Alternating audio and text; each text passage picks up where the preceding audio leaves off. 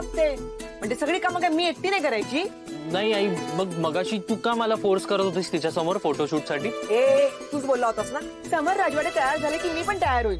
काय आणि ती काय समर राजवाडेंना कसंही फोर्स करून तयार करेल आणि ते आपल्या बहिणीसाठी काय वाटेल ते करतील. पण मी सांगते तुला रोहन, परिस्थितीची जाणीव नाही या मुलीला. आई असं काय बोलतेस तू? अगं लग्न ठरलंय ना तिचं, ती एक्साइटेड आहे, एन्जॉय करायचंय तिला, काय चुकलं त्यात? ते सगळं जाऊ दे, मला तू एक सांगते कशी बोलली ती शांताला. तिथे जिभेला काही हाडबीड आहे की नाही असं वागायचं असतं, असं बोलायचं असतं शांताला. ए आई, शांत काकूला पण ना दुसऱ्यांच्या आयुष्यात नाक खुपसायची खूप घाण सवय. अरे पण असं वागायचं असतं का कधी? असं बोलायचं असतं? राहायचंय आपल्याला इथे, जर समजाव तिला, समजाव. हे आई, हे बघ तिचा पिंट्या दादा सोडून तिला तर कोणीच समजवू शकत नाही. आधी फोन, शांत बस. हॅलो रो, गेस व्हॉट? पिंट्या दादा फोटोशूट साठी रेडी झालाय. ग्रेट यार. बट तो मला म्हणालाय की मी फोटोशूट मध्ये 2च फोटो काढून घेणार. 2 फोटोज मध्ये फोटोशूट होतं का?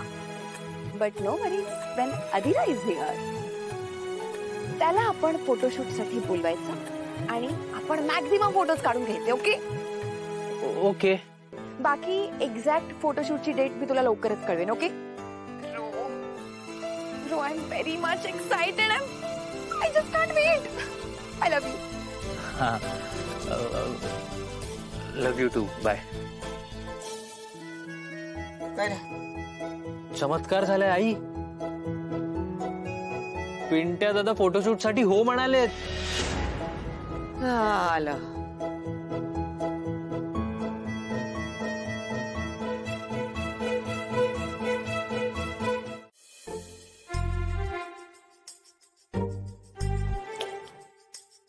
जरा इकडे बघ, थोडस इकडे वरती. तू स्वानंदी आहेस का? तू बरी आहेस ना? खाना मी खाल्लंय कधी ऑफिस आवर्स मध्ये? आत पुढे कर कर ग. अगं काय स्वानंदीच आहेस तू? मला वाटलं की तुझ्यासारखी दिसणारी कोणतरी दुसरी मुलगी आली आहे की काय. का असं वाटलं असेल तुला?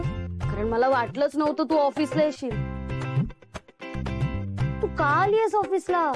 कशाला ही तुकरट नोकरी करतीयस आता?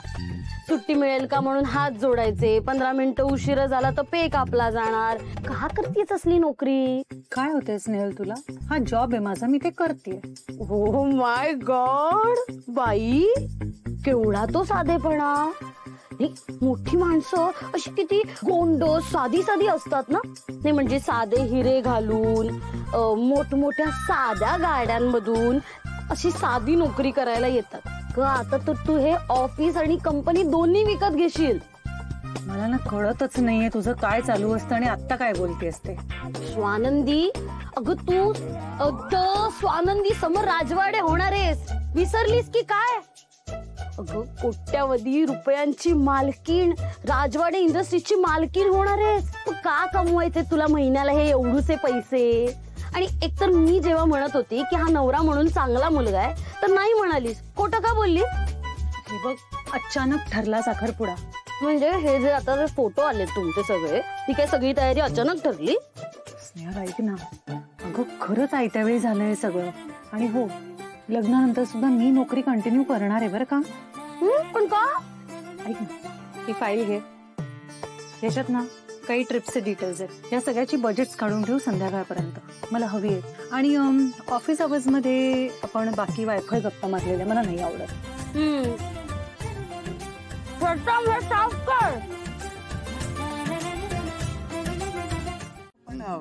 आई असं म्हणत होते की खूप जणांना बोलवावं लागेल. ठीक आहे ना, जी काही इच्छा असेल ती बोलूया आपण. आणि सरपोतदारांनी विचारून घेत की त्यांचं काही दुसरं म्हणणं आहे का, आणि त्यांच्याकडचे पाहुणे किती आहेत त्यांची लिस्ट पाठवायला सांग, म्हणजे तो अंदाज येईल आपल्याला. चालेल. अगं बाई, रोहनच्या आईचा फोन आहे. हा, हॅलो, रोहनची आई बोला. हॅलो वीणबाई, कशा आहात? मजेत ना? छान छान चाललंय. जावई बापू काय म्हणतायत? बरे आहेत ना? हा बरे आहेत तसे. अहो अधिराकडनं कळलं मला, फोटोशूट करतायत, प्री वेडिंग शूटिंग. ते आमच्या घरी छान छान. अधिराचं काय, तिच्या डोक्यात आलं की ते झालंच पाहिजे. चालत असतो तिचं असं काहीतरी. म्हणूनच फोन केला. हो काय बघा, राग मानायचा नाही हा, आता अजिबात राग बीग मानायचा नाही. आमची स्वानंदी म्हणत होती की बाबा बघा तुमच्याकडनं काही पैसे उधार मिळतायत का बुवा. काय काय म्हणालात? मला ऐकू नाही आलो. काय काय परत एकदा बोला, काय म्हणालात ते? हॅलो, आमची स्वानंदी म्हणत होती की बुवा आता बघा फोटोशूट करायचंय की नाही घरामध्ये, तर मग आपलं घर कसं छान दिसायला पाहिजे की नाही लोकांना. आणि अधिरालाही तसंच वाटतंय. मग साफसफाई करायला लागेल, 4 वस्तू चांगल्या घरामध्ये घ्याव्या लागतील. त्यात दिवाळी आहे, त्यात 2-2 लग्न आहे, खर्चच खर्च आहे बाई नुसता. म्हणून स्वानंदी म्हणत होती की बाबा अधिराच्या आईला विचारा बुवा, उधार पैसे काही मिळतील का. नंतर मग तिला मिळाल्यानंतर ती परत करेल. काय